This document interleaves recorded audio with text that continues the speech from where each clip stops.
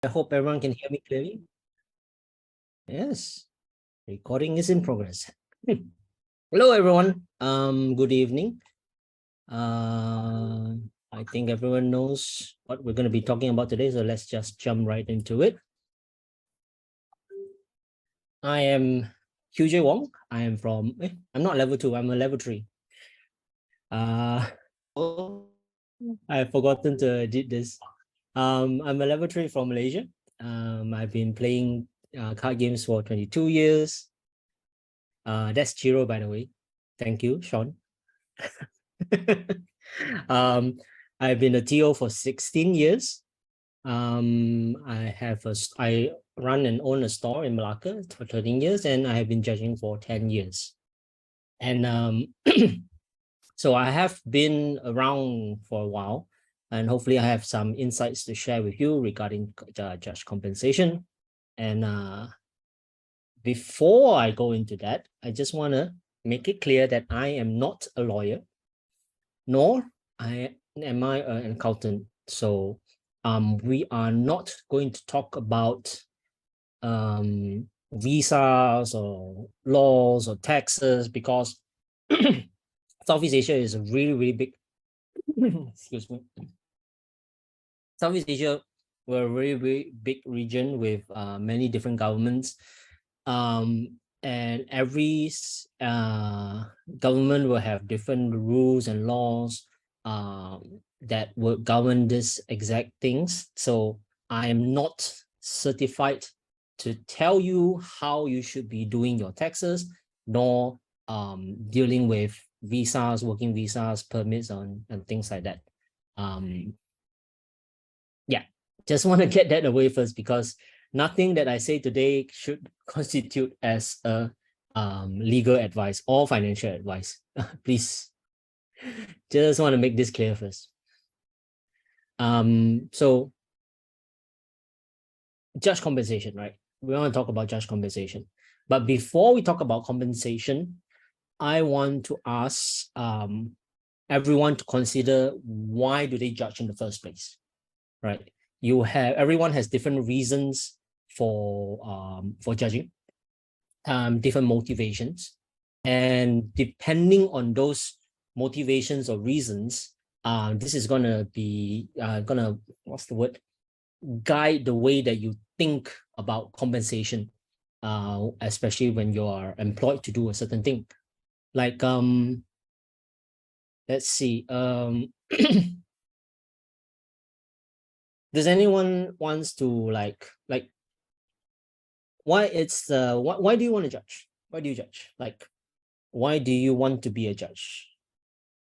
Does anyone wants to share in the chat quickly? It's a quick or one or two things. Or you can just pop on to the, I don't mind if you want to like turn on your mic and have a quick answer.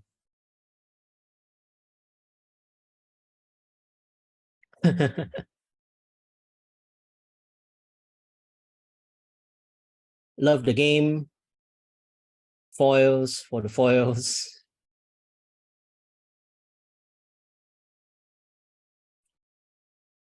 You are the law. Too poor to be competitive. I run an online community. Come out of the house officially. you need a reason to go out of the house. Foils, loving the game. Power, supporting community. Foils, serve Joel. Okay. But yes, so for a lot of people, judging is a hobby. You do this for fun, because I personally find very, very there's a huge sense of accomplishment. This sort of like feeling of accomplishment at the end of a good day of tournament judging, especially the more complicated the tournament is, or the more difficult the tasks or responsibilities that I have for a particular event, right? At the end of the day, everything went well, everything went, relatively well, despite one or two hiccups or whatever, right? At the end of the day, there's this really really good feeling of accomplishment at the end of the day that I relish. Like this is like one of my key reasons why I judge, where I am looking for that euphoria at the end of the day. And yeah, it's like what Cecilia just said in the chat, right? Like being in a part of tournament makes people happy, makes me happy. So this is one of the primary reasons that I judge. I'm not going to read that chat. If anyone wants to know why I just chuckled, please check out the chat. But yeah, among other things, like being part of the community, like a lot of how other people also pointed out in the chat, right? Being part of the community, doing things for the community, making, helping people enjoy their event, helping the community enjoy the event, things like that. These are personal reasons that makes you happy, that makes it more of a hobby than anything else. But humans are complex. Me being happy at using judging as a hobby, as a way to find enjoyment and accomplishment is not the only reasons. We can have a mix of motivations. And for some people, judging is a way to supplement their income. So like you can use that money that you get from judging to pay the bills, like not all the bills. Like it's not gonna, like judging a GP is not gonna, or Magic Fest, or no, Magic Fest and GPs are both obsolete now. Judging a regional championship, it's not gonna help you pay all the bills, but it will help you pay maybe some of the bills, like or the extra money that you're gonna get is something that can help you buy a new commander deck or foil out parts of that commander deck, things like that. These are one way how for some people judging can contribute. Yes, and also there are people, I believe it's going to be very difficult for our region, but there exists a lot of people in this world, especially in North America, to be able to take judging as a full-time job. This job not only pays all the bills, it also is where they get money to have fun, enjoy themselves, or put aside some amount of money. This is largely only possible in places where there are a lot of events and a lot of constant large events that we're going to talk about in a bit. Namely North America. This is really primarily a North America, or maybe in some parts of Europe thing. It is not impossible for our region, but usually this involves being at the same time being involved in your employer in some form, like being a store employee. Right? If you work for the store, you run and help organize events for the store. Also, at the same time, you might be able to do a lot of judging and things like that. Look in the chat. Evelyn's. I'm gonna. Is that a card? A recent card or something? Evelyn. Does anyone wants to solve this mystery for Evelyn MTG? I'm gonna quickly Google this. Oh, are you collecting Evelyn's? Someone collecting Evelyn's? Sorry, this is a very interesting sidetrack for me. But yes, we want to talk about judging as a full-time job, right? It is something that I think is possible. Like even in North America, it's going to be something that is very, very difficult. Even in North America, you have to have things that really align for you. Like if the let's say if you start from nothing, and if you are struggling to pay the bills in the first place, you might not be in the financial situation, or you don't have the ability to learn or gain skills and experience in judging, right?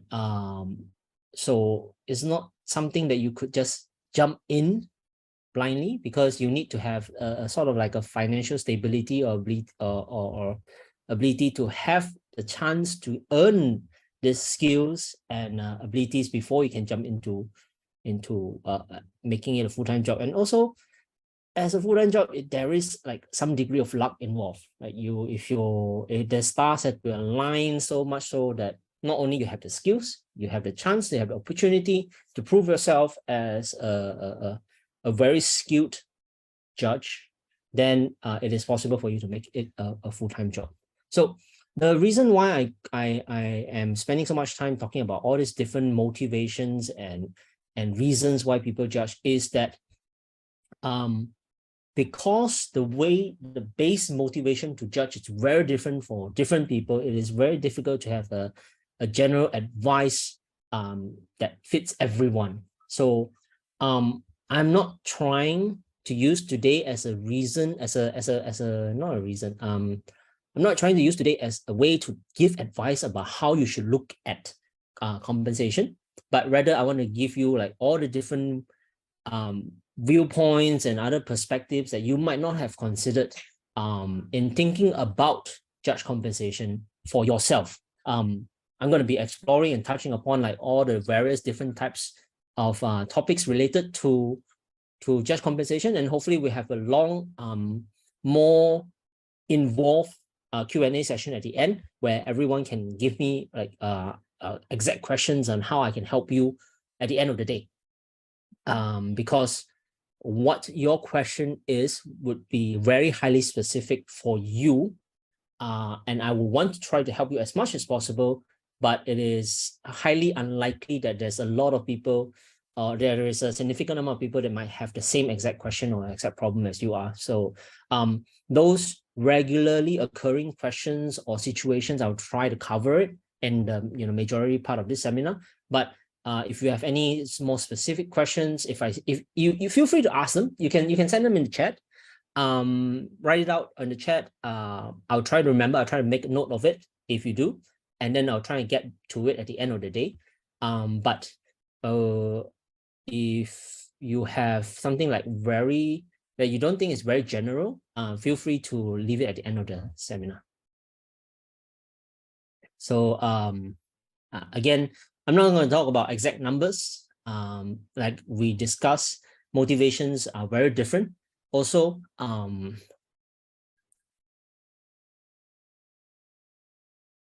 a dollar, $1 US is going to mean very different to different people, right? That's what I meant by dollar value. It's not necessarily $1. Like money, the value of money specifically is very different for very different people. For example, if you already have a steady job and you have a 6-digit salary, I guess, sorry, add 3 zeros if you're from Philippines. If you have 9-digit salary in Philippines, things like that. And then you have, so my point is you have a very stable job, you have a very big income already, and you only have like 1 month, 1 weekend off every month. That time that you have is going to be worth a lot more than, say, someone who doesn't have a lot of, who's living paycheck to paycheck, who has enough to pay all the bills, but nothing extra for their hobbies. So every dollar that they can get is something that is valuable, that's something that they can put into their hobbies. These two hypothetical person is going to view the same amount of compensation very differently. Another reason why we can't really have, why we're not going to be discussing exact numbers or the reasons, or how much you should be charging or whatever, the events that judging is involved in is very, very different, right? 1 hour of work in your F&M your Friday Night Magic or your local game stores weekly events, right? It's going to be very different from the Pro Tour or even the regional championship or a large scale event like a MagicCon. It's going to be the effort you put in is going to be very different. And so that, you know, how much is that the time and effort that you put in is how much is it going to be worth and so on.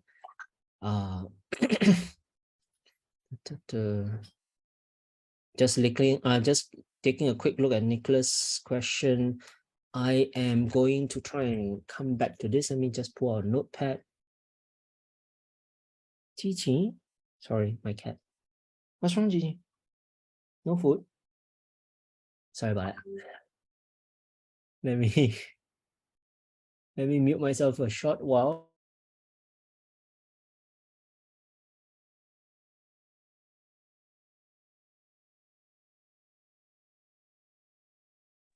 Right, asking my wife for help and because the food bowl is empty and I think my cat is hungry.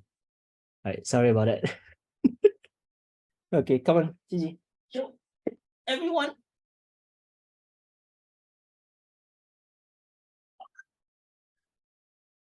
That's the source of the delay. So I'm sorry about that. Yeah, cat break. All right, moving on. Travel time and costs.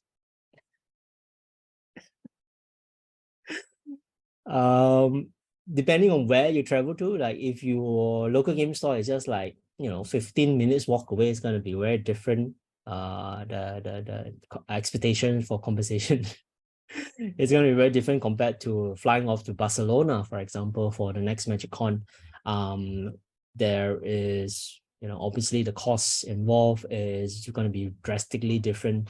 Not just the travel time, but accommodations, food in North America and Europe. You know, some parts of Europe is going to be very expensive compared to home and so on.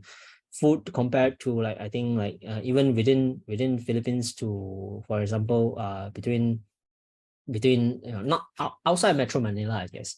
Outside Metro Manila compared to Singapore, it's going to be very different. For example, yeah, lodgings, flights, food, things like that. And another point of consideration for people when they think about compensation is the skill level. I wanted to highlight specifically here, not necessarily your certification level, because the reality of things is that there are major potential employers, such as, for example, the MagicCon. Pastime Events is the primary tournament organizer for MagicCons, and they do not put focus on levels. You can be a level 1 and still be able to get lead positions, like not necessarily as a team lead for events, but also definitely seen them as what you call those logistical leads, like setup or back of house and things like that.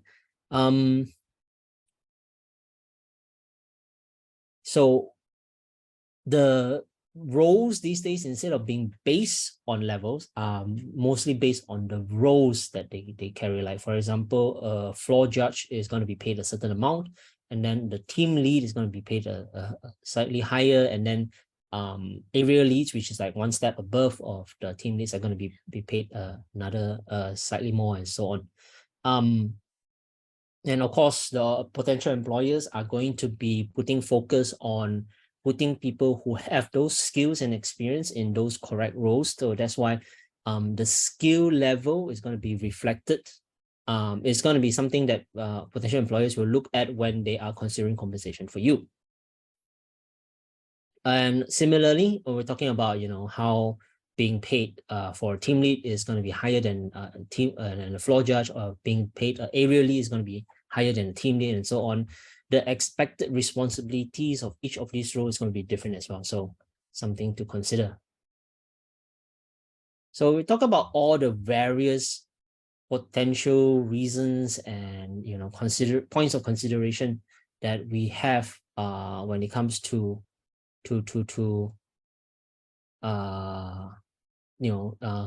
considering compensation, let's talk about the different types of compensations.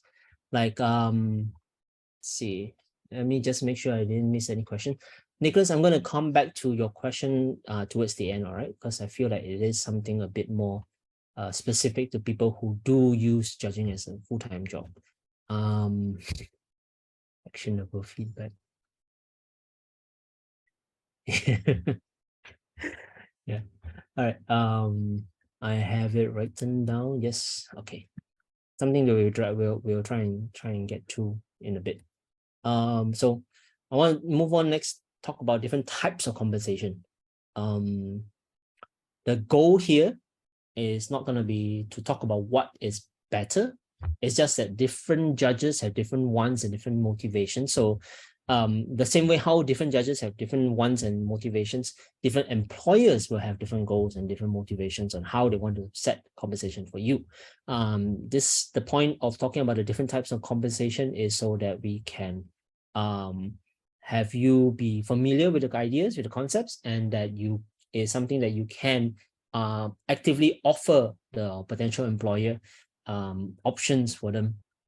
Of course, when we're talking about compensation here, I'm not going to be talking about money versus materials, because end of the day, those two things are values in the compensation, which is not something I'm going to go into.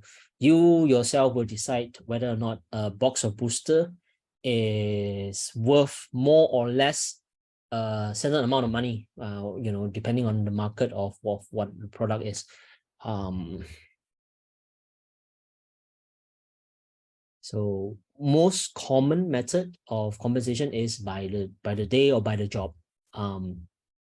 Like this can be a positive or a negative, depending on, like, if let's say you are expected to be judging a RCQ, a local game store regional championship qualifier, and you are paid for the entire job a certain amount of money. Depending on how big the event is, it could be a very short day, or it could, if the expected attendance is very high, you might be playing for 6-7 rounds even. So your day is going to be very different. Like if you go for 7 rounds and then the top 8, it's going to be at least 10 hours of work there, and so on. And I'm happy that there are people who are recognizing the cards. Feel free to, I remember Z doing this a long time ago, not say a long time ago, a few years ago, where it was a conference in, I want to say Singapore, where basically every single slide has a card art, and then he encourages people to like guess the card name at the beginning of every slide. Feel free to send it in the chat. I do not mind that at all if you want to play that game. Like, yeah, feel free to just shoot down the name of the card if you want. So just to expand a bit more on it, I think this is a concept. This concept of pay is something that is very familiar with a lot of people. It's something that a lot of people are used to as well. Like I said earlier, you have the positive, negative of being longer or shorter than you expected. But at the very least, you can be assured of how much you're going to get at the end of the day. Like you don't have to, like, this is very important. For example, if for MagicCon, where you are going to be investing a lot of money, getting a flight ticket, getting hotels and so on, right? And having a set expectations of how much you're going to get at the end of the week is going to be something that's very important for you. The other type of compensation is by the hour. It's like some people like to pay it by the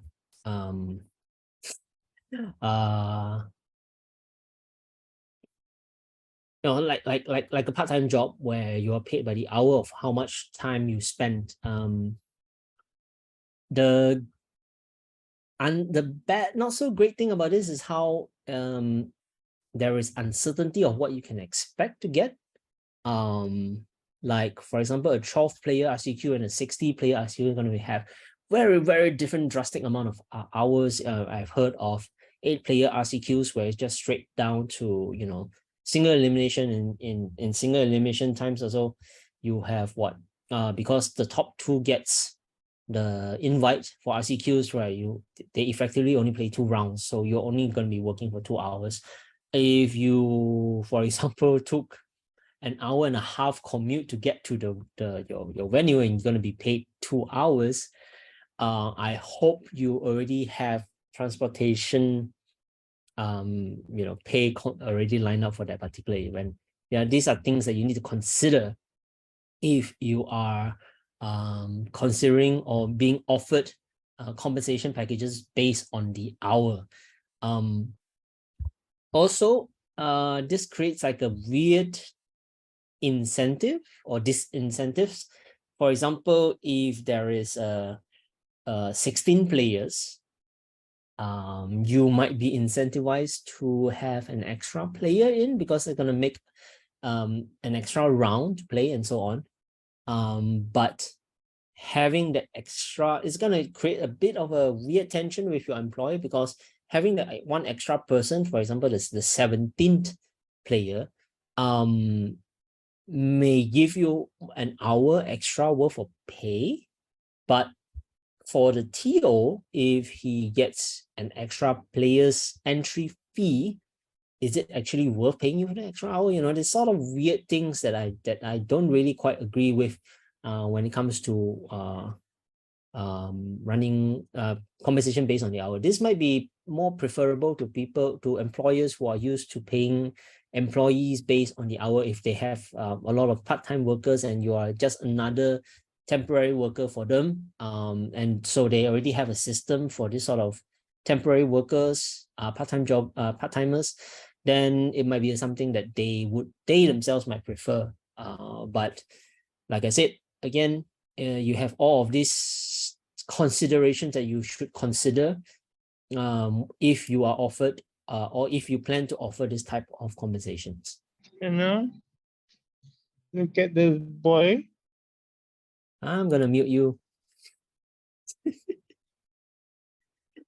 Yeah, don't forget to mute your mic if you're worried that there might be accidents. All right, moving on. There's another popular type of compensation is where it is by the number of players or / customers. This can be fair because different amount of players means different amount of usually the more players, the heavier responsibilities. So the more compensation you get in return is something that could be fair. But it's not that I dislike it, but I do feel a bit uncomfortable in the idea where this places judges as salespersons. Like you suddenly have an incentive of getting as many players in as possible, which might or might not be your job. Like if you are employer of the organization already, or you are working for the organization, then there's a direct incentive for you to want as many players coming in as possible. Then it's aligned. But if you're not, or if you don't have an interest in being a salesperson, you just want to be a judge answering rules question, or a customer service representative, not a customer acquisition type of job. If you're not looking for that type of job, this sort of compensation kind of forces you into this sort of role.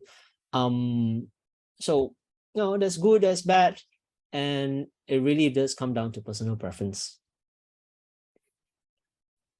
Yes, like what Tommy just pointed out. Sean also has a good point about how you'll be putting a lot of risks about how attractive the TO might be. If the TO is known for drawing in a lot of players in the first place, then it's like feels like a no-brainer thing or comfortable decision. But at the same time, if there are other factors that comes in that affects your potential players, you might get a lot less than what you expected.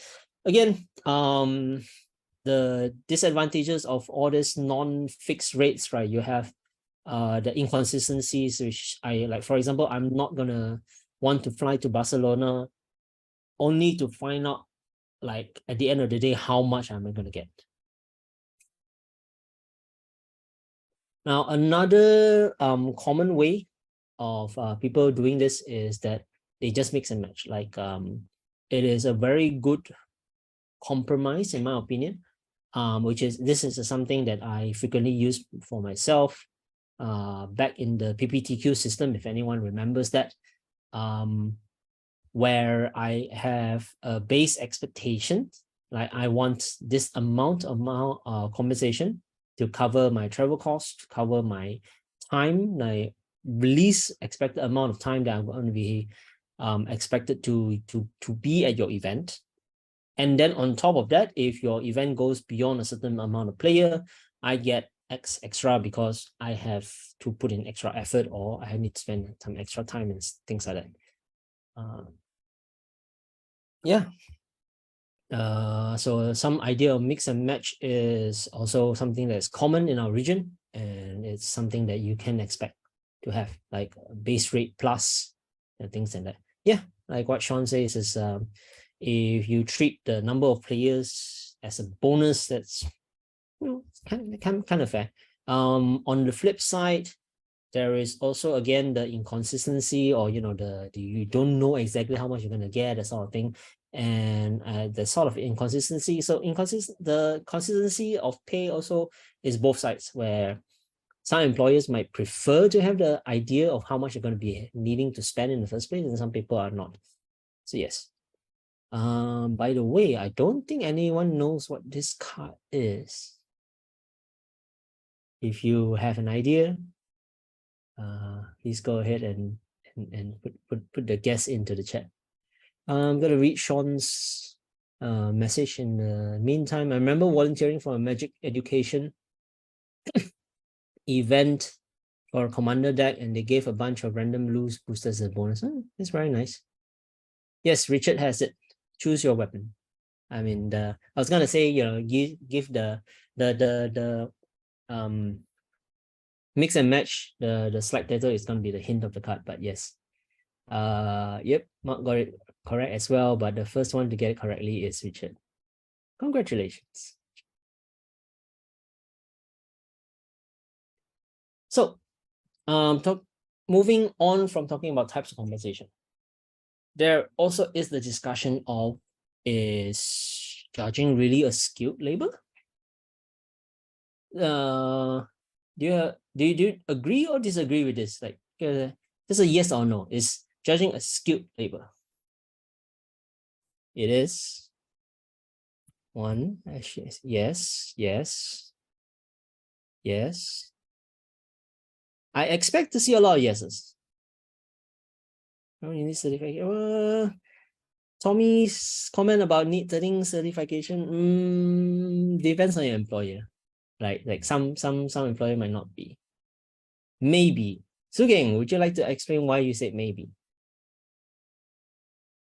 Not trying to put you on the spot, but I am genuinely interested to the reason why you put the answer maybe. If you want to turn on your mic and talk to everyone about it, also you're welcome to if you want to. But yeah, I'm just very genuinely interested in listening to why. You don't have a microphone, it's fine. You want to slowly type it out, also fine. I'll go back to it. Or if you don't want to answer, that's also fine. That's totally fine if you want to. Yeah, sure. All right. The reason why I asked, because I suspect that the reason why you answered maybe is the same reason why I'm what gonna say next, which is if you are working in a store for their Friday Night Magic, and you press, you know, pairings round one, and then 50 minutes, 1 hour later, you press pair round two, and then in another hour you press pair round three, and without answering a single judge call, everyone submits their own results, you know, event link, companion, and then the day is over. Is that skilled labor? Do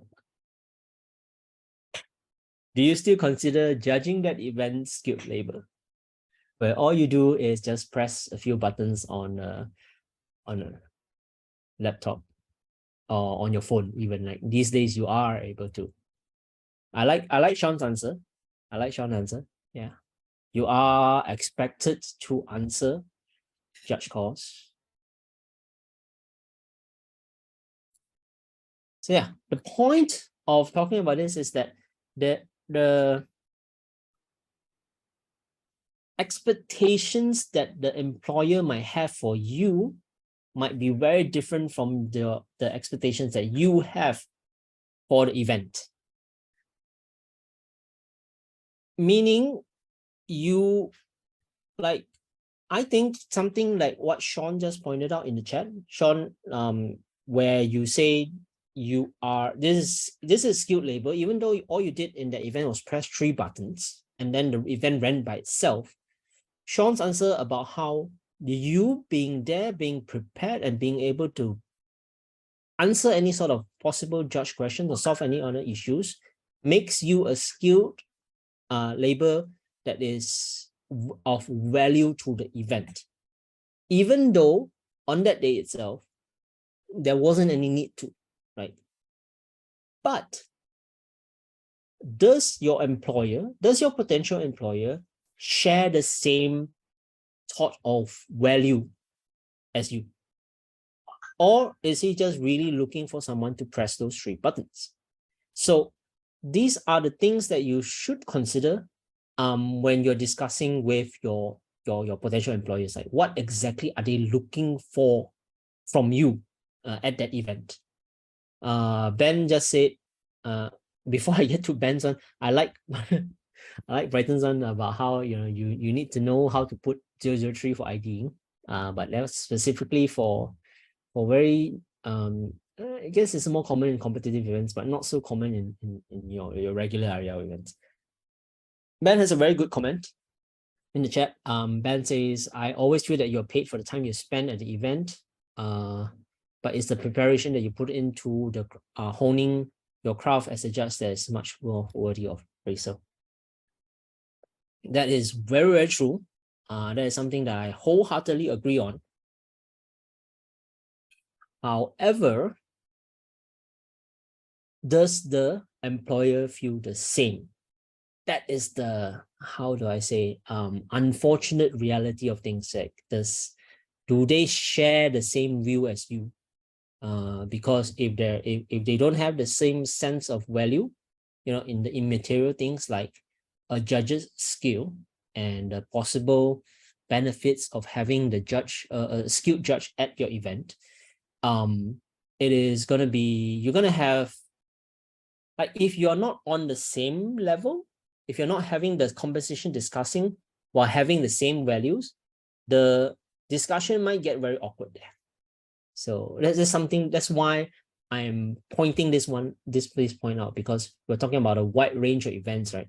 Like, not just like, I dare say for us, the majority of the time that we're going to talk about compensation is not going to be on the MagicCon or on the regional championship finals level. It's going to be more on the relationship that you have with your local tournament organizer, be it on the LGS level or on the national level, or even on the your province level, that sort of thing. Right? Really important to make sure that you do recognize where both of you stand in what is expected of each other before having the conversation of compensation. Oh, yeah. I'm just gonna highlight what Mark what I just noticed. Like, I see Kwok Siang's and Sugeng's comment as well, but Mark's comment really stood out with I think, which resonates with a lot of people. Kind of having having a lifeguard watching over a swimming pool. Yes, but while the analogy works really well here, because saving lives is very, very critical, it is a lot more ambiguous when it comes to customer service at an event. Like, I wholeheartedly agree with you I do think that that is indeed should be the case, but it really depends on the employer. And hopefully we have, and I believe that we do have a lot of potential employers who do properly understand the value of having a judge. But yes, very good comment. I'm going to try and catch up on the other comments, like from Kwok Siang. Know how to deal with the players who sit in the wrong table with the table numbers and player names are companion. Yeah, that is a bit of a, would you call it advanced skill? Well, there is some customer service and there is some logistical, challenges in how you want to settle an issue like that.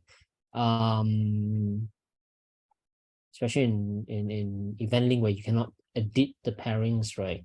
But yeah, that's a different discussion for something else. So against comment, judging needs a lot of practice for me, as on some parts customer service also need to clean up things. Skill labor is not bit of both. That's why I say maybe. Yeah. We are skilled laborers because we are practitioners of a very specific set of skills and knowledge, but at the same time we also help with a lot of I hope I'm not using the wrong word here, but the more menial tasks like pushing in chairs, cleaning up trash. We also are expected to be doing sort of things. But I have been in this is not very common, but I have been to an event where they told us specifically that don't pick up the trash because someone else is, I think it was a China, mainland China events where they specifically tell us you shouldn't be picking up trash because we have people hired specifically for that. So there's that.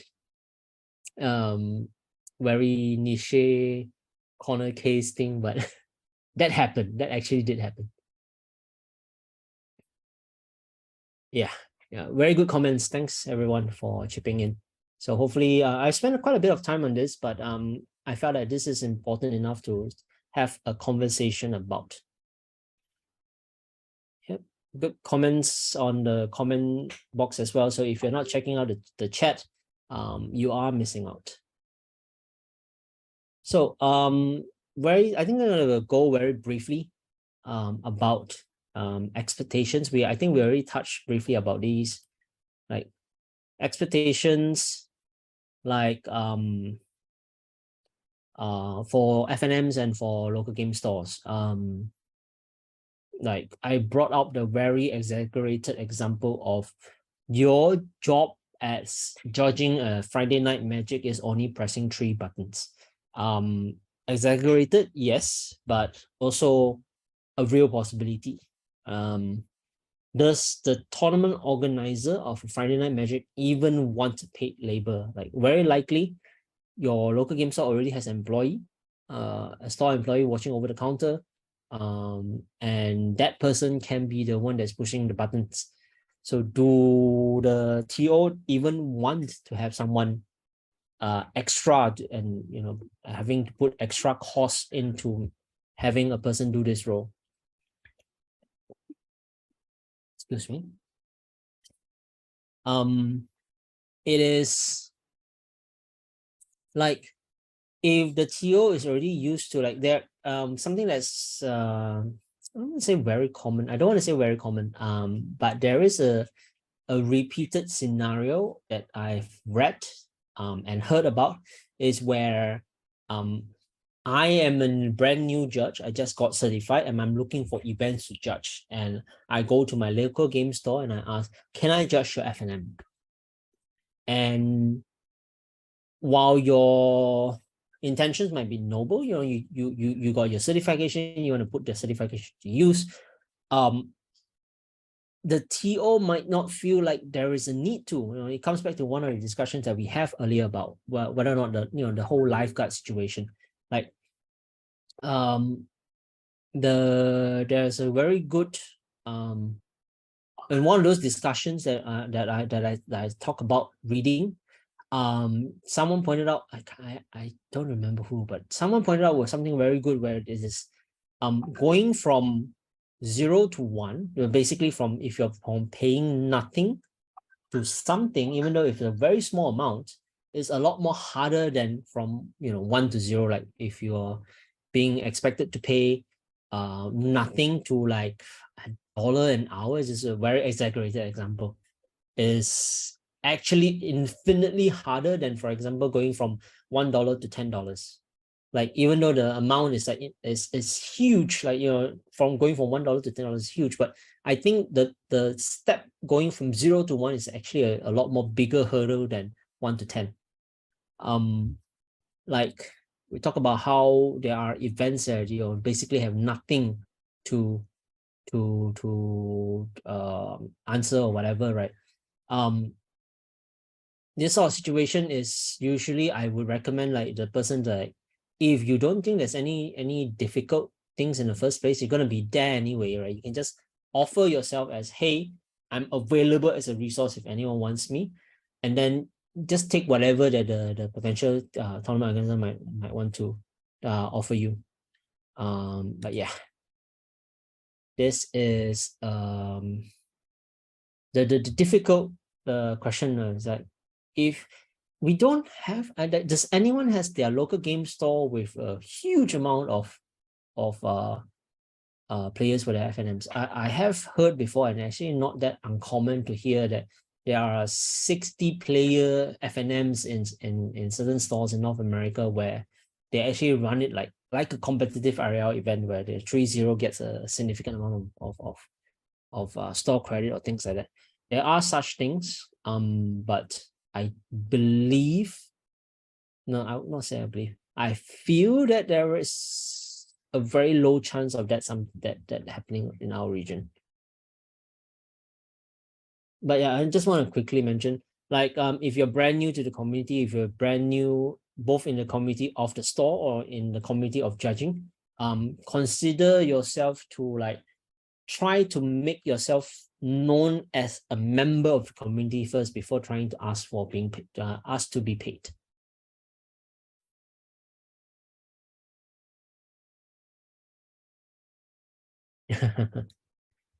Yeah. Moving on from your FNMs and your regular RL events, you have the RCQs or a big cash event at your LGS or your local province or region. You need IPG knowledge, you need competitive RL experience. There's more skills involved. The challenges are definitely higher. And it is also harder to get experience because of we don't have as many of these events in the first place. So it's very hard to get skilled in this sort of things. But at the same time, speaking as a tournament organizer, as a store owner myself, these sort of events are not necessarily better at attracting players than Friday Night Magics, despite being a lot more expensive because I need to pay for more prizes, I need to pay for judges, I need to pay for a more well-run event and things like that. So if you want to like bring yourself into events like this, have clearer expectations of what is the situation around the events are like. If the store already has like a experienced event judge that they count on every time, then try to, if you want, it depends on your goals, again, your own motivations, right? You want to gain experience, you want to be known as a veteran, you want to gain those skills if you're fresh level 2, for example. You might want to like volunteer and be there to gain some experience, or sometimes there's just not as many things to do as well.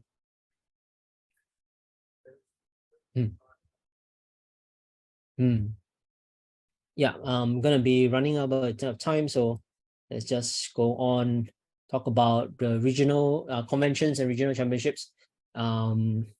These they give better pay, they give a lot more significant pay, but they at the same time they're also expecting more out of you. And because of how further they are from from most people, gonna be a lot more cost involved, travel, lodgings, things like that. But at the same time, it's going to be a great place to learn because multi-judges team events are not that common anymore. It's a very good opportunity to learn a lot of things and also to make a lot of new friends. Then you have the even more higher end things like Pro Tour. Pro Tour and World Championship is going to be something that's very few judges. Like I think it's like I want to say around the teens, like 15-ish or less amount of judges for each Pro Tour, which is only 4 times a year. Very few judges will be able to have this opportunity, and at the same time, the competition is going to be really fierce because there are so many capable people who are qualified to be on a Pro Tour as a judge. Also, the pool of potential judges is a lot more wider now. You don't necessarily have to be just a level 3. You don't have to be a level 3 to judge Pro Tour. There are many level 2s, quite a significant amount of level 2s who are judging the Pro Tours in the past few Pro Tours. So something for you to consider. Oops. All right. Very quickly, we'll talk about one more very important thing for you to consider when you are making your plans to judge an event, the risks and the budget. Like when I was doing, I think Baltimore, I was doing an event in one of the smaller cities in the States, right? There's an option between a $30 motel, which has very disturbing reviews, or a $200 hotel room, which is a lot more well respected, and the complaints were just like and reception was being rude to me, the sort of thing, versus whatever horrors that I was reading off the $30 motel. These are things that you should consider when you are doing your planning and your compensation. Like if the compensation does not include additional stipend for accommodations, what is your risk level, what is your comfort level, and have clear expectations. Don't expect more than the bare minimum if you are going for more budget options and so on. Yeah, just something very briefly, just a quick reminder about this sort of risks and situations that you might encounter. So yes, to wrap up the entire conversations that we have so far, sorry for taking up so much time. I do believe that we started a bit later, so hopefully the organizers can let us. Sorry, Sashi, that will give us a bit extra time for Q&A. But very quickly to wrap up what I've been discussing, regarding compensation. Figure out what is your motivations. What is your goal going into an event when you're going to be asking or expecting compensation? Figure out what is it going to cost you in terms of time, in terms of expenses like travel, accommodations, food, all those possible expenses. So you have what you want, what you need to spend, put them all together. Is it worth it? Is it going to be worth your time and effort that you're going to put in? And that would be your answer on whether or not you should be accepting that compensation.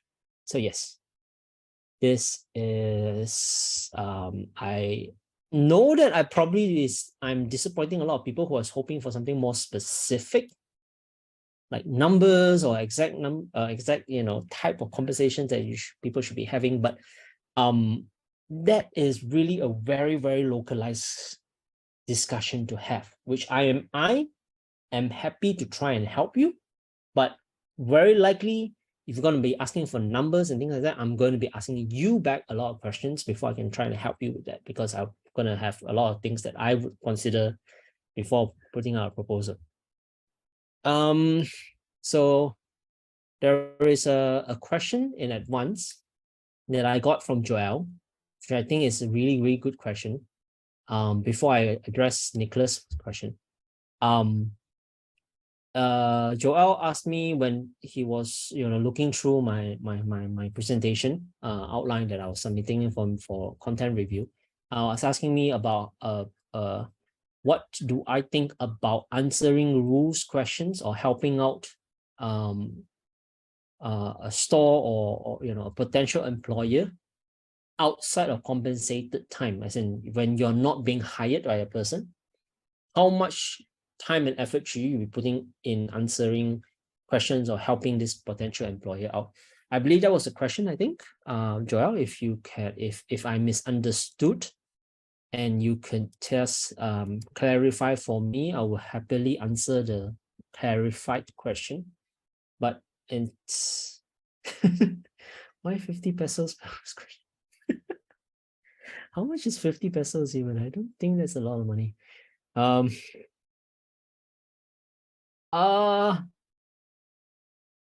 This one really is on the sense of how much do you value your time? Like if you are someone who spends a lot of time scrolling Facebook and looking at reels anyway, not to say that it is not a good thing to do. I mean, it's your time. You should spend the time the way that you want to. But for me personally, those are very low value things to do with your time. Answering rules question and sort of like exercising my rules knowledge, practicing that rules mind is much more higher value than those sort of things. So if I have the time to do this, I will be answering those rules questions without asking for payment or whatever, because one, I enjoy doing it. Two, it's something that it's a very good use of my time. Obviously, if I'm busy, if I'm working, if I have something other more pressing things to do, I probably won't be using the time. So it really depends on your situation, where your time and whether or not you actually want to answer it. So there's no really good answer to this. If the question was a very highly specialized question, like how do you do court drafts after a 6-round cut of a 300-player tournament, that sort of logistical questions where there is a great amount of skill or logistical knowledge involved, then I think you're more than qualified to say, you're more than justified to say that it's something that I would be happy to help you with if I'm employed staff for you for that particular event, instead of answering that question for free. Yeah. Does that make sense? I hope that makes sense for you on what I think about questions like this. It really depends on the question and your personal situation. There's a lot of comments on the 50 pesos. La la la la la. 4 ringgit. Yeah. One order of sisig rice per round after round 6.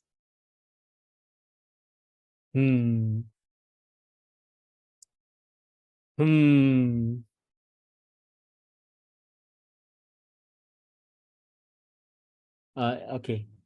So that's that. I know it's 9 o'clock. I'm just want to quickly address Nicholas' question earlier about he asks, in view of people who use judging as a full-time job, is it something to consider if someone who judges as a hobby being put up in comparison for selection during bigger events?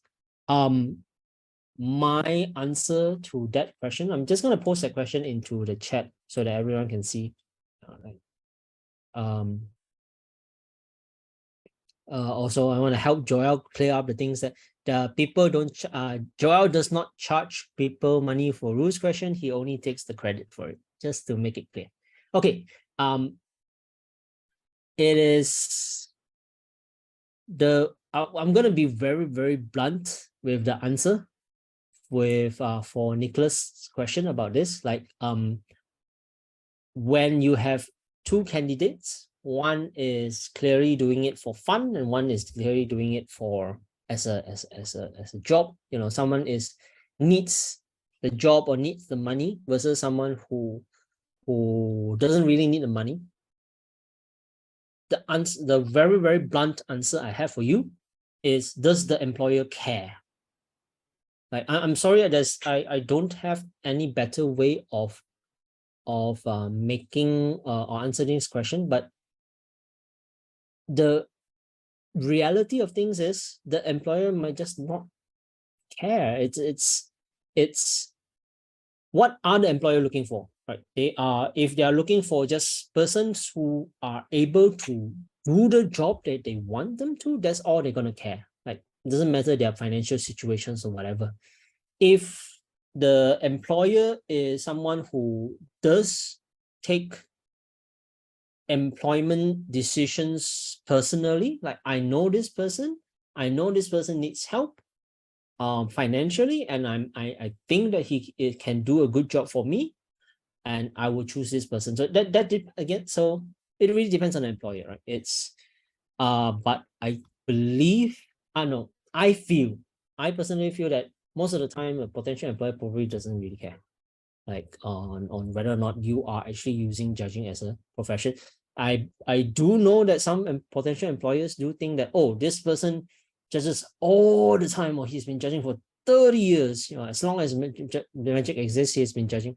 Then he's pretty much the full-time judge. Then it's very likely that that he might be trusted for certain roles and things like that. I hope that answers that question. I mean, I wish there's a better way for me to answer it, but I think that's just the most effective way of having an answer, or having the answer. It's up to the end of the day what the employer wants. And I mean, you can put your own personal situation for consideration for your potential employer, but whether or not they will actually put it into consideration is really up to them, and it really depends on the employer. Rafi says ChatGPT can answer rules questions for free. Yes, ChatGPT can answer rules questions for free, but can they answer it accurately? That is the answer that you should be looking for. Thanks, Sashi.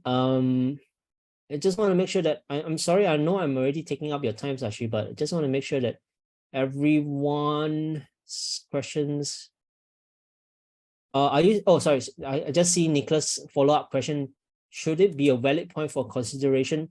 If it's me, if I am the employer, these are situations that I would probably want to know.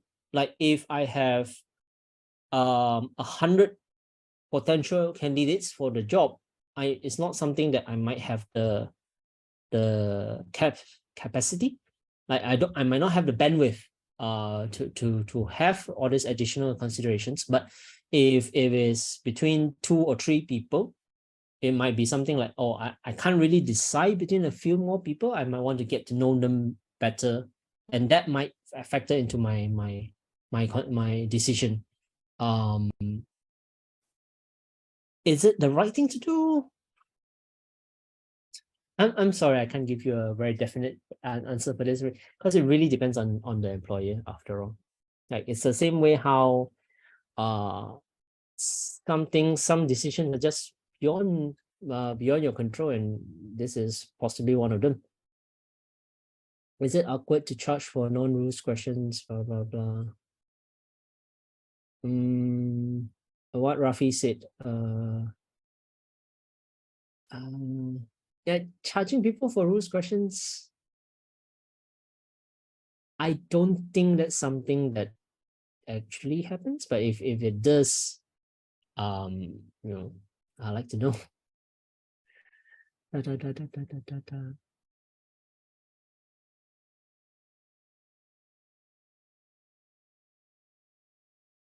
A lot of employers in the industry are hobbyists first and business people second to make decisions, and not the best sound business wise. Depends on the event level, right? Someone a potential employer on the LGS level and a potential employer on the Magicon level is going to be having very, very different priorities. Also, they're probably going to be delegating like a pastimes TO, Alan Hockman, I think. It's probably like, the official TO in name, but everything is probably mostly decided by Meg Baum and John Temple, the employees, rather than the TO itself.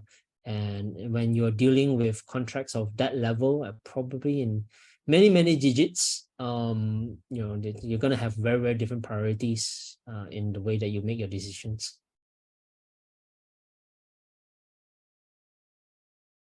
Yep. Sorry for taking up so much of your time, everyone. Thank you. Please feel free to send me questions. Be happy to answer them in any sort of way that you want me to. I am QJ.Wong and pretty much most social media. You can reach out to me in any of this situation. If you have feedback that you like to give me, please send it in. I'm gonna take any more of your time. Thank you so much. Sorry for the taking up extra 7 minutes. I'm gonna cut myself off here. Thank you for your attention. Bye-bye.